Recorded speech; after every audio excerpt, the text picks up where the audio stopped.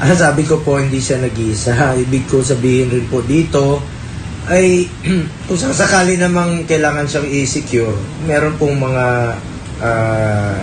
mamamayan natin na willing rin pong mag-secure sa kanya tulad namin. Pangalawa po, hindi siya nag-iisa dahil ako unang-una ay ako rin po yung natanggalan ng security na mas nauna pa ako sa kanya.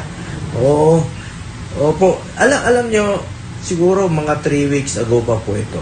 At bilang Vice Chairperson po ng Senate Committee on Public Order and a citizen of this nation, ay alam nyo, concerned rin po ako kasi kahit pa paano, ako nga mismo, senador, alam nyo, ang trabaho namin, kahit sang sulok po ako ng Pilipinas, umaabot po ako. At dyan po, kahit pa paano yung risk, yung threat sa buhay namin. Pero ako naman, sanay naman akong, kahit saan naman tayo, naglalakad tayo.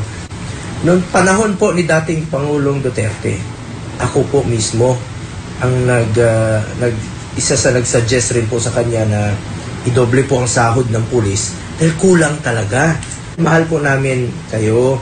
Kaya lang po, ang pakiusap ko lang naman po, lalong-lalo na sa panahon ng pagsubok na nangyari sa ating bansa, pinapaalala ko lang po sa liderato at sa buong hanay ng pambansang pulisya na manatiling tapat sa kanilang sinumpang tungkulin at huwag magpagamit sa anumang political na agenda. Maging professional po sila at just do what is right. Ayan. So, isa pala sa una sa mga natanggalan ng security, si Senator Bongo.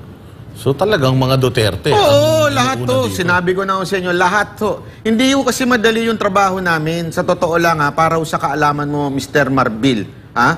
Kasi ang mga binabanata namin, puro mga drug lords, pogo, ito, alam mo yun, hindi biro yung trabaho na ito. Bakit? Kung may mangyari po ba sa mga ganito sa amin, mananagot kayo?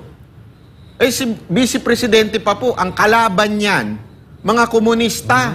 Galito yan sa mga NPA. Matagal na lumalaban yan. Magtanong ka sa mga taga Davao. Yan ang number 1 na kinaiinit ng ulo ng aming Vice Presidente. Tapos tatanggalan mo? Anong karapatan mo? Tama yung sinabi ni Senator Bongo. Dinagdagan ng sahod nyo. Doble Sir, doble. Hindi ba mahalaga sa inyo yun? Bakit? Meron ba kayong extra income? Nagtatanong lang Nagtatanong lang. Kasi yung mga kapulisan, tuwan-tuwa sa ginawa ng mga Duterte. Wala akong natanong ng mga pulis na sinabi nilang, bad trip kami kay Duterte. Lahat sila tuwan-tuwa dahil tinaasan ng sahod. Na-appreciate nila. Tapos babastusin nyo lang. Ano kayong kwentang klaseng tao?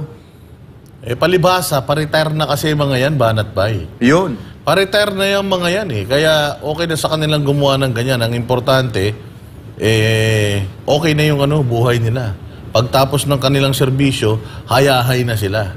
Pero yung image ng pulis na inayos noong panahon ni PRD, wala na naman. Balik na naman tayo dun sa dati na may kailangan mo ng tulong, natatakot kang lumapit sa pulis. Kasi instead, matulungan ka nila, kinakabahan ka. Kasi baka sila pa yung mang-abuso sa'yo.